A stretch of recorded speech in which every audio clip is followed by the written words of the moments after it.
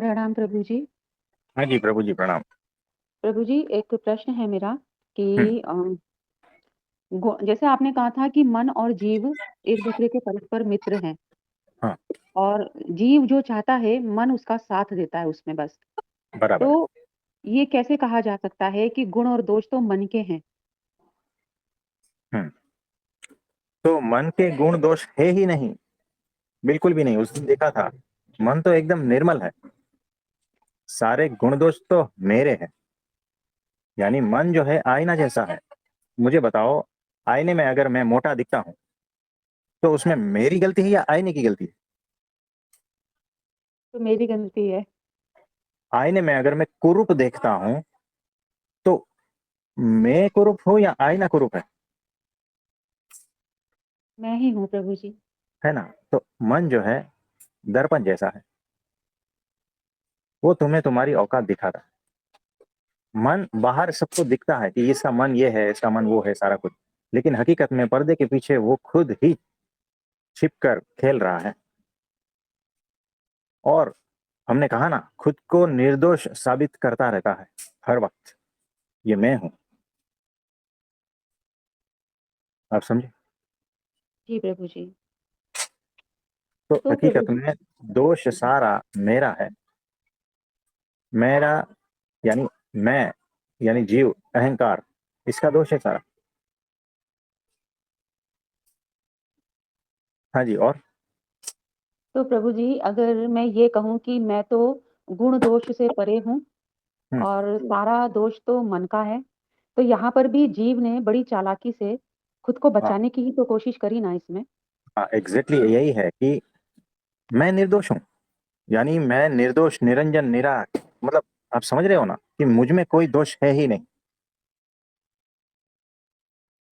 अरे भाई, तुझ में कुछ दोष नहीं है तो ये सारा कुछ दोष युक्त है। तेरी वजह से तो ये सारा कुछ है। ये मन क्या बाहर से चिपक के आया है? तेरा ही तो मन है, तेरे भीतर ही है। बाहर किधर दिख रहा है क्या, बताओ? मतलब कि मैं निर्दोष हूं और मेरा मन जो है ना पेड़ पे लगा हुआ है, दोष सारा उसमें है, ऐसा है क्या? सारा कुछ मेरे भीतर ही है, तो दोष सारा मेरा हुआ है क्या? नहीं। जी,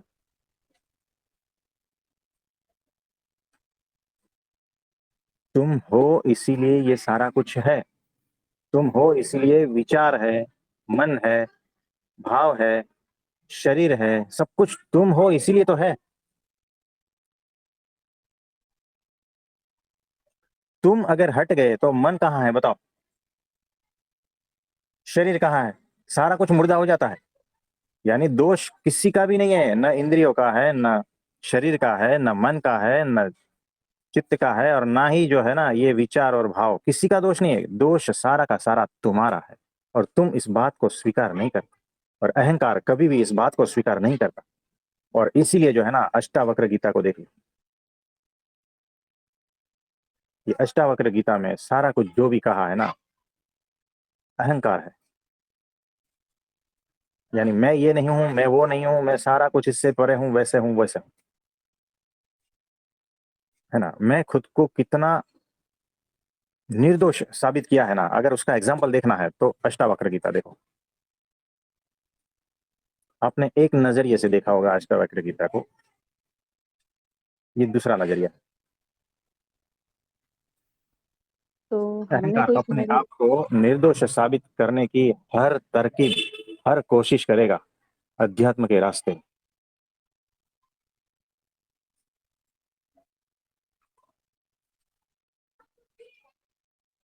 इसमें और कुछ पूछना चाहते हो? प्रभु जी अष्टवक्र गीता हमने भी पढ़ी, तो हम उसको इस नज़रिए से देखते थे कि मैं खुद को भूली बैठी हूँ और मुझे याद कराने के लिए ही ये सारा कुछ है कि मैं एक्चुअली मैं कौन हूँ और मैं कर क्या रही हूँ। परंतु जब वचनामृत को आपने समझाया उस दिन, तो नज़रिया दूसरा हो गया कि सारा दोष तो मेरा ही है, ना मन का, ना इंद्रियों का, क्योंकि ये जो भीतर बैठा हुआ जीव है, वही सारा कुछ खेल खेल रहा है। लेकिन प्रभु जी, प्रश्न तो ये बनता है कि ये जीव खुद ये बात को क्यों नहीं समझता? या इसको ये खेलने में आनंद आने लग गया है? या तीसरा चीज़ कि वो खुद को भूला बैठा है? देखो कैसा है, एक होता है सहज रूप, बिच्छू का सहज रूप बताओ। डंक मारना। सांप का सहज रूप बताओ। डस लेना। है ना। और कुत्ते का सहज रूप बताओ। भौंकना। है ना। और गाय का सहज रूप बताओ। रंभाना। माँ का सहज रूप बताओ। वात्सल्य, प्रेम। है ना। तो सबका सहज रूप है, वैसे ही इस जीव का सहज रूप ऐसा है कि दोषारोपण किसी और पे करता है। वचनामृत में उस सेंटेंस को देख लेना, उसमें वो लिखा है। सहज रूप से ऐसा स्वभाव ही है कि जो जीव है वो दूसरों पे दोष का आरोपण करता है और खुद क्या कहते हैं, छिप जाता है, हट जाता है, बचा रहता है। तो अब देखो, सारा कुछ क्लियर क्लियर दिखेगा। सारा दोष जीव का है, यानी कि मेरा ही है, अहंकार का ही है, और किसी का नहीं है। मुझे बताओ, जब मैं सोचता हूं तब सोच होती है ना। हाँ जी प्रभु जी। मैं सोचूंगा ही नहीं तो विचार कहां से रहेंगे बताओ। जी। देखो, जब मैं मौजूद हूं तब घर जीवंत है। जब मैं रहूंगा ही नहीं तो घर का क्या अपना कुछ वजूद है क्या? खाली खाली है। सिंपल सी बात है। इस शरीर में अगर जीव है तो ये शरीर चलता फिरता बोलता चालता सब कुछ है ना। बाकी शरीर की क्या औकात है बताओ? इसमें से जीव निकल गया, जान निकल गई, मैं निकल गया तो। तो कुछ बचा ही नहीं। है ना। यानी इसमें था कौन? मैं ही तो था ना। जी।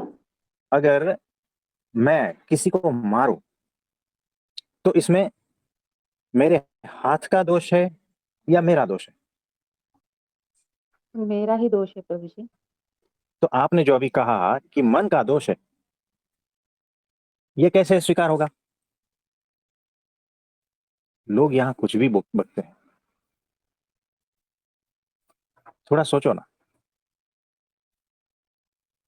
मुझे बताओ, मेरा शरीर गाली दे रहा है या मैं गाली दे रहा मैं दे रहा हूँ। हूं? है ना। मेरा शरीर आपकी तारीफ कर रहा है या मैं कर रहा हूं? मैं। तो दोष मेरा है या शरीर का है बताओ? मेरा ही है प्रभु जी। ये शरीर इंस्ट्रूमेंट है, वैसे ही मन भी इंस्ट्रूमेंट है, विचार भी इंस्ट्रूमेंट है, भाव भी इंस्ट्रूमेंट है, सब कुछ इंस्ट्रूमेंट है। दोष सारा का सारा मेरा है, गुण सारा का सारा मेरा है। थोड़ा सोचो ना, देखो ना, यही तो है। इस पर चिंतन मनन करना है। जो चिंतन मनन में मास्टर है ना, वो सारा चालू कर दो, पता चलेगा हम अपने को कितना बचाते हैं। है ना। सारा दोष दूसरों पे, मैं तो सदा निर्दोष। ये जो अब तक हम लोगों ने सुना था कि मन ही धोखेबाज है, मन ही दोषी है, मन ही खेलता है, ये सारी मान्यता आज यहाँ पे धज्जियां उड़ गई। ये जो आज ये बात आपने बताई, तो है सभी ना। मान्यताओं की यहाँ पे धज्जियां उड़ गई प्रभु जी, बहुत अच्छे से। हाँ, तो ये ऐसा ही है। लोग जो है ना, बिना समझे सोचे कुछ भी बोलते रहते हैं। तो इस पर गहनता पूर्वक चिंतन मनन करना है, सबको होमवर्क है कि दोष सारा मेरा है, किसी का भी नहीं है। शरीर को हम हथियार की तरह यूज करते हैं। अगर मुझे किसी को मारना है और शरीर नहीं है मेरे पास तो। तो है होगा ना। प्रभु जी। नहीं होगा, नहीं होगा। मुझे किसी को गाली देनी है, शरीर नहीं है, क्या करोगे?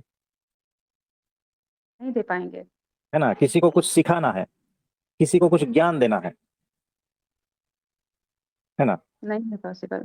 शरीर नहीं है, मन नहीं है, बुद्धि नहीं है, ये सारा कुछ नहीं है, ये सारे इंस्ट्रूमेंट नहीं है, क्या करूंगा मैं? जैसे एक डॉक्टर है और हॉस्पिटल है, ठीक है।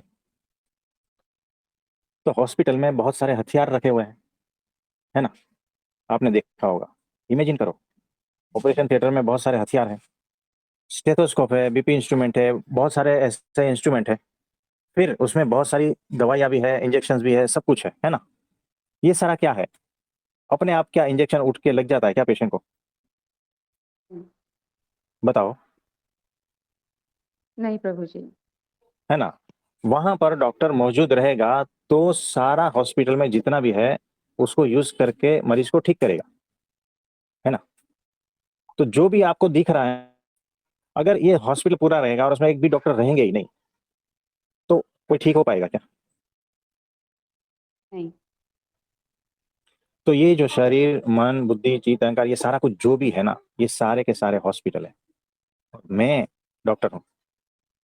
कुछ समझ में आया? इस पर थोड़ा चिंतन मनन करो तो कुछ समझ में आ रहा है। हाँ जी प्रभु जी, बहुत अच्छे से आ रहा है। और फिर वो हॉस्पिटल में कोई मरीज मर जाता है, और मैं ये कहता हूं मैं तो सदा निर्दोष हूं, मैं तो डॉक्टर हूं। ये जो है ना, ये इंजेक्शन की वजह से मरा है, ये दवाई की वजह से मरा है, ये वो जो हथियार है ना स्टेथोस्कोप उसकी वजह से मरा है, ये बीपी चेक करने का इंस्ट्रूमेंट है ना उसकी वजह से मरा है। आप समझ रहे हो? यानी सारा दोष जो है ना हॉस्पिटल का है, मेरा कुछ नहीं है। मैं डॉक्टर हूं सदा निर्लेप, निरंजन, निराकार, या जो भी कह लो, है ना, सदा निर्दोष, शुद्ध, परम चैतन्य, परम निर्दोष। मैं तो ऐसा हूं। सारा दोष ये हॉस्पिटल का है, उसकी वजह से मरा। अब देखो कैसा है। तो वही वचनामृत है, उसका थोड़ा एक्सटेंशन ये है। ये तो बहुत अद्भुत बताया प्रभु जी आपने। और ये जो अभी आपने एग्जाम्पल दिया हॉस्पिटल वाला, इससे तो बहुत क्लैरिटी आई कि है ना। तो कैसे जीव खुद ही सारा गेम खेल के और खुद ही निष्कपट बन के बैठ जाता है, भोला सा बनकर। हाँ, तो वो जो वचनामृत है, तो श्री जी महाराज उस वक्त ये इतना कह नहीं पाए थे, क्योंकि उस पर जो है जो परमहंस और ये जो है उस ग्रहण वाली कैपेसिटी में नहीं होंगे। हाँ, प्रणाम प्रभु जी। जब इस जीव को ऐसा लगने लगता है कि मैं तो बहुत समझदार हूँ, हम्म, और वो क्या करता है फिर, किसी दूसरे की अगर कोई गलती होती है तो उसे डांटता है, हाँ समझाता है, उस पर क्रोधित हो जाता है, और उसे लगता है कि मैं तो बहुत समझदार हूँ। हाँ, तो ये कौन सी स्थिति होती है प्रभु जी? ये वही है।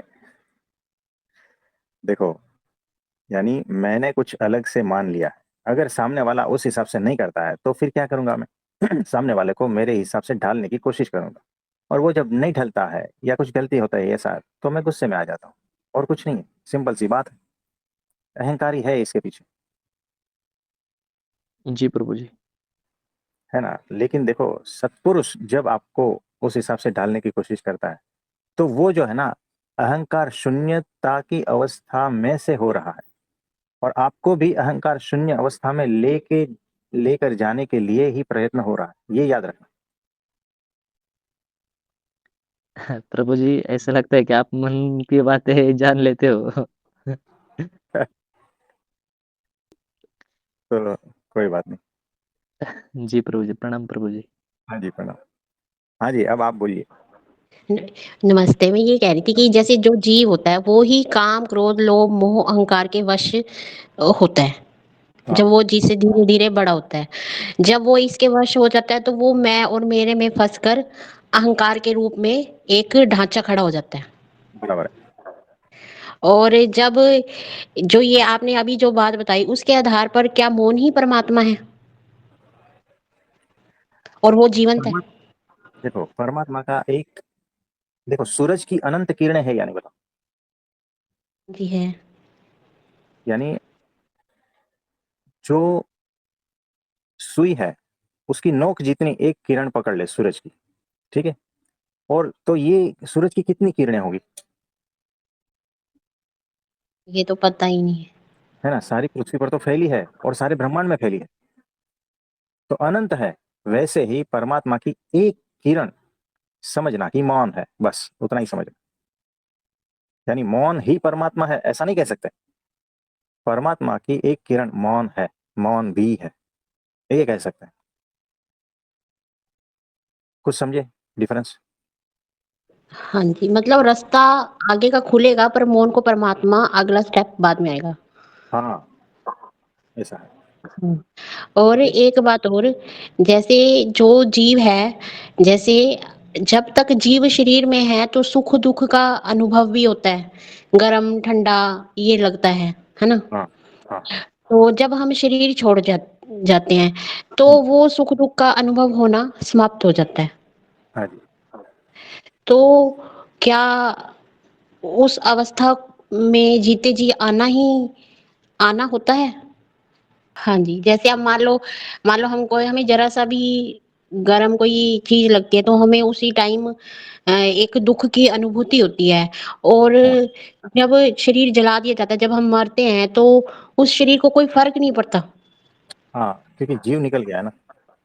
हाँ, तो तो जो भी प्रकृति से अनुभूतियाँ हो रही है ना, सुनो, जो भी अनुभूतियाँ हो रही है ना, जीव को हो रही है,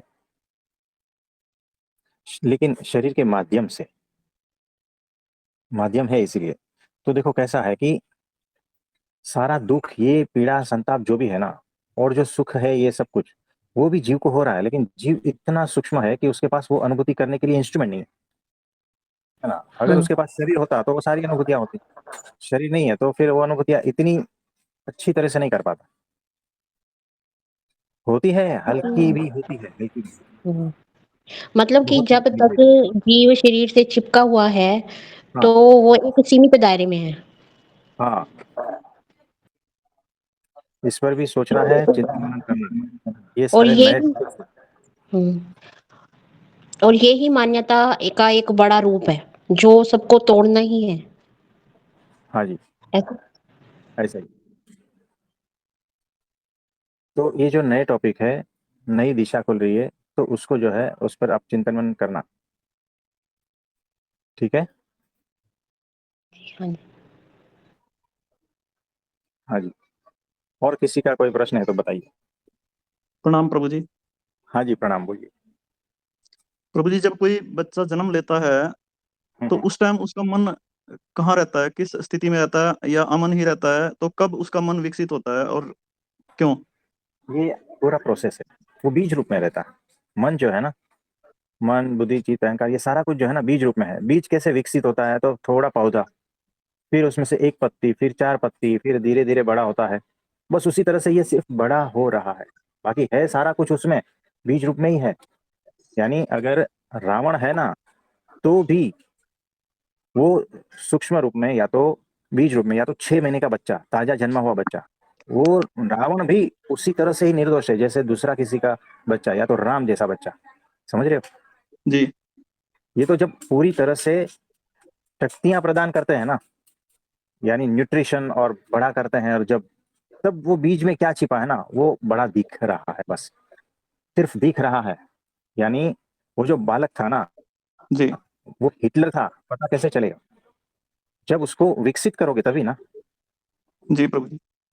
मैं आपको एक छोटा सा बीज दूं, आपने कभी देखा नहीं है, मैं बोलूंगा कि ये कौन से फल का बीज है, तो उसका एक ही उपाय है, उसको जमीन में डालो, बड़ा करो, जब सामने दिखेगा ना फल उसका, जी। है ना, जब वृक्ष बनेगा, फूल फल, जब उसका फल दिखेगा ना, तब हमें पता चलेगा कि अरे ये तो एप्पल है, अरे ये तो खरबूजा है, अरे ये तो ये है, ये तो वो है। अगर कुछ भी पता नहीं है ना, और आपको एक रेंडमली बीज दिया जाएगा ना, आपको पता ही नहीं चलेगा जब तक आप उसको विकसित करके ना देख लो। जी। वैसे ही यहाँ पर हर जीव इसी तरह से है, बीज के रूप में है। आपको पता ही नहीं इसमें क्या गुण है, क्या दोष है, सब कुछ।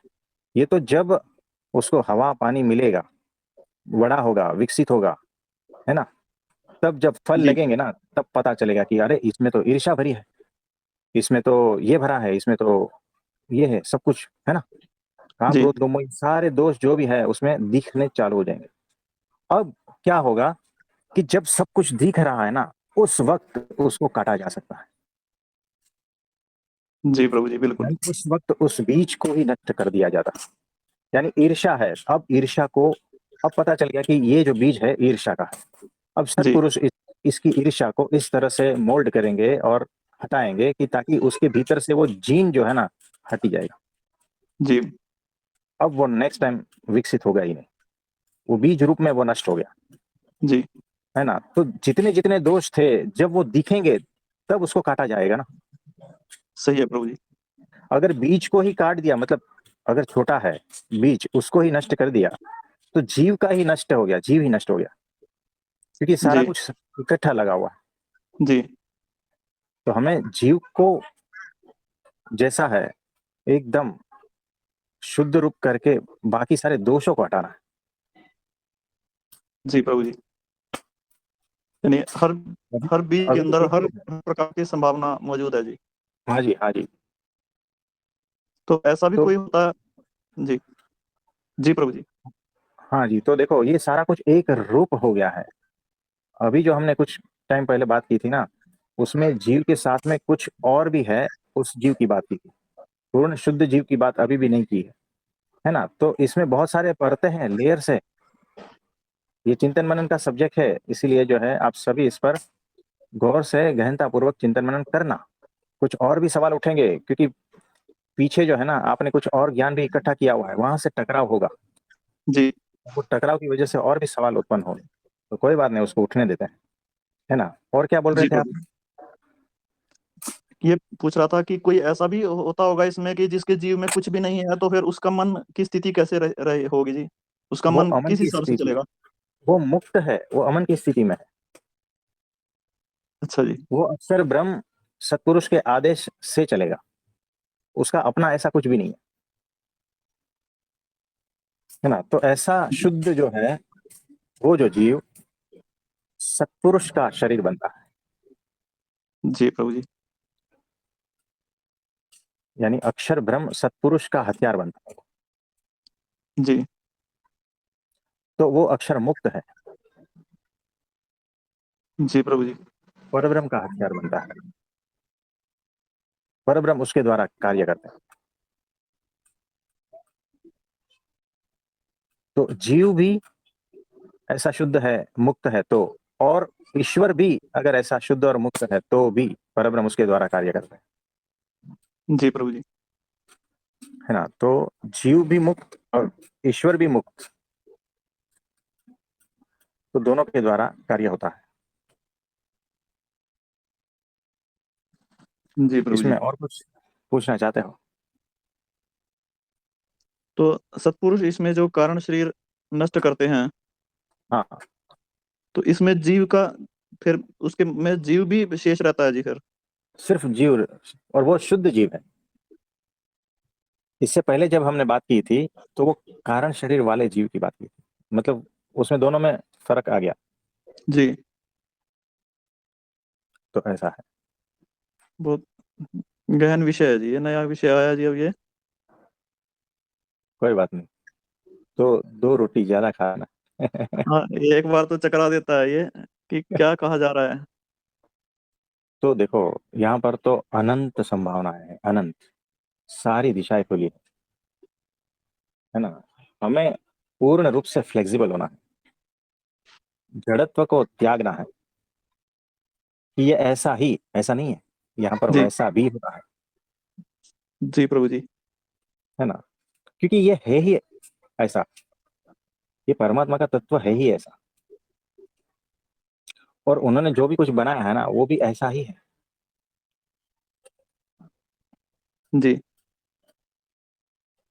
तो बहुत सारी संभावनाएं। तो ये हमारे साथ समस्याएं तो ये इसलिए आ रही हैं, जड़ता जो आ रही है वो इसीलिए तो आ रही है जी कि प्री कंडीशनिंग हो चुकी है ना हाँ जी, हाँ जी। बहुत तो ये चीजों की। प्री तो कंडीशनिंग जो है उसी को ही तो हटाना है। तो जितनी भी कंडीशनिंग है ना वही बंधन है। जी तो कंडीशनिंग से मुक्ति, तब मुक्ति का एहसास होगा, जी प्रभु जी।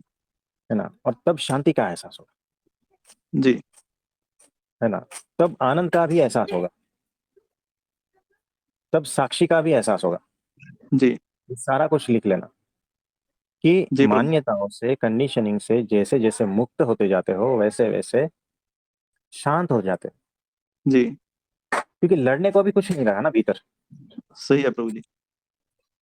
आपके भीतर सारा कुछ लड़ने के लिए मटेरियल जमा था पहले से ही, जी इसीलिए बाहर, तो बाहर भी मटेरियल है बहुत सारा, भीतर भी है, क्या जी करोगे?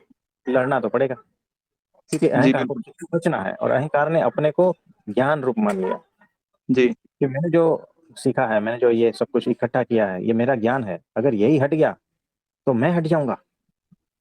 तो उसको बचाने की कोशिश में वो लड़ता है, आर्ग्यूमेंट करता है, जी प्रभु जी। बहुत कुछ करता है। तो जिस दिन आर्ग्यूमेंट जीवन से हट गई ना, सर्व स्वीकार का भाव आ गया और उसमें तुरंत शांति आ जाएगी। सूत्र है, लिख लेना। जी प्रभु जी। जिस दिन जीवन से आर्ग्यूमेंट हट गया, बहसबाजी हट गई ना, सहज स्वीकार का भाव, समझदारी बढ़ जाती है। जी। समझदारी किस तरह से बढ़ती है कि ये जो मैंने इकट्ठा किया ना, क्या करना है, कचरा है, मेरा बंधन है ना, तो हटाओ जी। इसको। तब जाके सर्व स्वीकार का भाव आता है, तब जाके समर्पण का भी भाव आता है, तब तत्काल शांति का उदय होता है भीतर और आनंद बरसता है। ये सारे सूत्र है, लिख लेना। सारी मान्यताओं से मुक्ति, तब मुक्ति का एहसास होगा जीते जी, जी प्रभु जी। है ना। नहीं तो बंधे बंधे ही रहोगे अपने में, सिकुड़े सिकुड़े, है ना, जी। और मुरझाए मुरझाए। ऐसा जीवन जीने के लिए तो नहीं आए थे, नहीं प्रभु जी। है ना। तो सारी मान्यताओं से, सारी कंडीशनिंग से एक बार मुक्त हो जाओ कि जो भी मैंने अब तक जाना था ना, कचरा था, बस इतना स्वीकार कर लो। जी। फिर देखो एकदम निर्दोष छोटे बच्चे की तरह हो जाओगे। जी प्रभु जी। तो ऐसा है। तो प्रभु जी, ये जीव ने बहुत ही सहजता से, बहुत ही ज्यादा सहज भाव से इतना कीचड़ लपेटा है, यानी कि इतने आवरण चढ़ाए हैं, उस टाइम उसको एहसास ही नहीं हुआ जी ये। बिल्कुल भी नहीं। अगर वो होश में होता तो वो बेहोशी की वजह से ये सारा कुछ चलता जा रहा है, कारवां बनता जा रहा है ना। हाँ जी, कितनी बड़ी मुसीबत खड़ी करी है हर जीव ने अपने लिए स्वयं। हाँ, तो ऐसा ही है। स्वयं सिद्ध किस कहते हैं इसको? स्वयं सिद्ध महादेव। स्वयं सिद्धि जी, हाँ। कोई बात नहीं, कोई बात नहीं। स्वयंभू हो गया जी वो। हाँ, इसी तरह से। और अब पता चल रहा है कि सतपुरुष को कितनी कितनी मेहनत करनी पड़ रही है इस सारे कीचड़ को, इस सारे आवरण को हटाने के लिए, जो हमने बहुत तो ही सहजता से लपेटे हैं। हाँ, तो सबसे पहले तो आपसे लड़ना पड़ता है सत्पुरुष को, जी। है ना। सबसे पहले आपसे लड़ना पड़ता है, क्योंकि आप ही राजी नहीं होते हो कि भाई ये बंधन को काटना है, जी। ये आवरण को हटाना है। आप ही राजी नहीं होते हो, आप जी भागने की बिल्कुल। कोशिश में लगे रहते हो हमेशा। अरे जी। मेरे बंधन मुझे प्यारे हैं, मेरे आवरण मुझे प्यारे हैं। भागते हो, सत्पुरुष जैसे ही तलवार लेकर खड़ा हो जाता है ना कि चलो आओ बंधन काटते हैं, भागते हो। जी। तो ऐसा है। उसे पता है, तलवार देखी ना तो उसे पता है अब बचेंगे नहीं। पर उसे तो हाँ जी, बोलिए। उसे अगर ये एहसास हो जाए कि सतपुरुष की जो तलवार है मेरे भले के लिए चल रही है, ये मेरा मुझे शुद्ध करने के लिए चल रही है, हाँ यही उसको विश्वास हो जाए ना, बस यही काम कर देगा ना, इतना ही। हाँ, लेकिन उतना विवेक जागृत चाहिए, वो होश उतना चाहिए। पता है ना, पेट में दुखता है और सामने वो सर्जन छुरी लेकर खड़ा हो जाएगा तो क्या सोचोगे? एक तो दुख रहा है और ऊपर से मारोगे। ऐसा ही होता है लेकिन ना। प्रभु जी, जैसे आजकल तो लोकल एनेस्थीसिया दिया जाता है, तो हाँ ऊपर से तो होश में रहता है आदमी पूरी तरह से, लेकिन वो देख भी रहा होता है कि ये बड़े बड़े हाँ औजार उठाए जा रहे हैं, लेकिन उसको हाँ ये तो रहेगा कि भी मुझे सही करने के लिए किया जा रहा है। हाँ, तो ऐसा भी है ना। तो होश, जागृति, विवेक, ये जी। जरूरी है। नहीं तो कैसे हटेगा बंधन। तो कोई बात नहीं, वो बैठे हैं काटने के लिए, धीरे धीरे काटेंगे। जी प्रभु जी। प्रभु जी, वो अक्षरधाम में जब आओ तो असली वाली तलवार लेकर आ जाना आप। अरे आप कितनी कितनी डिमांड कर रहे हो, हमारे रुमाल को तलवार समझ लेना। नहीं, वो तो मैं समझिए प्रभु जी, वो तो एक मस्ती मजाक की बात थी। तो हमारा रुमाल जो है ना, आपके जी बंधन का प्रभु काम जी। करेगा, है ना। तो आपके जी सारे बंधनों बिल्कुल को बिल्कुल छोड़ देगा। बिल्कुल बिल्कुल प्रभु जी, बिल्कुल बिल्कुल। और किसी का कोई प्रश्न है तो बताइए। प्रभु जी, हाँ जी। ये जो अभी आपने आपने अभी कहा कि जीव ही सारा कुछ करता है, परंतु प्रभु जी ज्ञान शक्ति और क्रिया शक्ति के रूप में तो परब्रह्म ही रहते हैं ना जीव के भीतर? हाँ, मतलब देखो कैसा है कि जीव के लिए जैसे शरीर हथियार है ना, वैसे ही परब्रह्म के लिए ये जीव हथियार है। जीव भी तभी चलायमान होता है जब उसमें परब्रह्म का प्रवेश होता है। जी। है ना? तो सारी शक्तियां जो है जीव की भी है और पीछे परब्रह्म की शक्ति है। परब्रह्म की शक्ति निर्दोष है। ये किस तरह से, ध्यान से सुनना। जैसे इलेक्ट्रिसिटी निर्दोष है, अगर वो पंखे में जाती है ना तो पंखा घूमता है क्योंकि पंखे का स्वभाव है। और अगर वो स्त्री में जाती है तो गर्म हो जाता है, स्त्री गर्म हो जाती है क्योंकि स्त्री का वो स्वभाव है। अगर वो फ्रिज में जाती है तो ठंडा हो जाता है क्योंकि फ्रिज का वो स्वभाव है। यानी इलेक्ट्रिसिटी निर्दोष है, वैसे ही परब्रह्म परमात्मा की जो शक्ति है निर्दोष है। जिसमें जाती है वैसा खेल रचा जाता है। आप समझे? जी। तो सूत्र है, लिख लेना ये सारा कुछ। तो प्रभु जी, हम्म। परब्रह्म परमात्मा की शक्ति तो निर्दोषता में ही जीव के भीतर हाँ, पर प्रवेश करती है और क्रिया शक्ति और ज्ञान शक्ति के रूप में। तो फिर हाँ, ये जो गलत काम हो जा रहे हैं, ये जीव ने अज्ञानतावश जो आवरण अपने ऊपर चढ़ा लिए हैं उसके कारण हो रहे हैं? हाँ जी, उसी के कारण वो बीज रूप में इकट्ठे हैं अनंत जन्मों से। तो अनंत काल से ये सारा कुछ इकट्ठा है बीज रूप में। अब उसको नष्ट करने का समय आया है तो सत्पुरुष मौजूद है। अब इसको एकदम पूर्ण रूप से धुलाई सफाई काट पट कटाई जो भी है करना है, बस कर देंगे। ठीक है। जी प्रभु जी। हाँ जी। प्रभु जी। प्रभु जी, एक बात कहें प्रभु जी, जैसे ही ये टॉपिक छिड़ा है ना तो भीतर बवाल मच गया है। तो देखो, आपने अब तक कुछ इकट्ठा किया है ना, वो सेटल हुआ है। और हमने उमेश भाई जी से कहा था सेटल नहीं होना है। सेटल हो गए तो उथल पुथल मचेगी, है ना? तो कोई बात नहीं, प्रणाम प्रभु जी। ग्रहणशील रहना है। प्रणाम प्रणाम। तो ग्रहणशील हमें रहना है ना? प्रभु जी, मेरा भी एक जी। प्रश्न था गुरु जी। हाँ बोलिए। गुरु जी, जैसे जीव है वैसे ही ईश्वर तत्व है, क्या वो भी शुद्ध या अशुद्ध हो सकता है, और होता है तो कैसे होता है? बस इसी तरह से ही, सेम जैसे जीव होता है वैसे ही। जैसे कोई सामान्य पत्थर कीचड़ में जाता है तो कीचड़ वाला हो जाता है ना, हाँ जी। वैसे ही अगर डायमंड कीचड़ में जाता है तो वो भी कीचड़ वाला हो जाता है। बस। तो डायमंड और पत्थर का तत्वतः भेद है, वैसे ही जीव और ईश्वर का तत्वतः भेद है। ये आवरण तो सबको लगते हैं, दोष तो सबको लगते हैं, है ना? हाँ जी। बस वैसा ही। तो ठीक है, आप सभी को मेरा नमस्ते प्रणाम। तो सभी इस पर चिंतन मनन करना।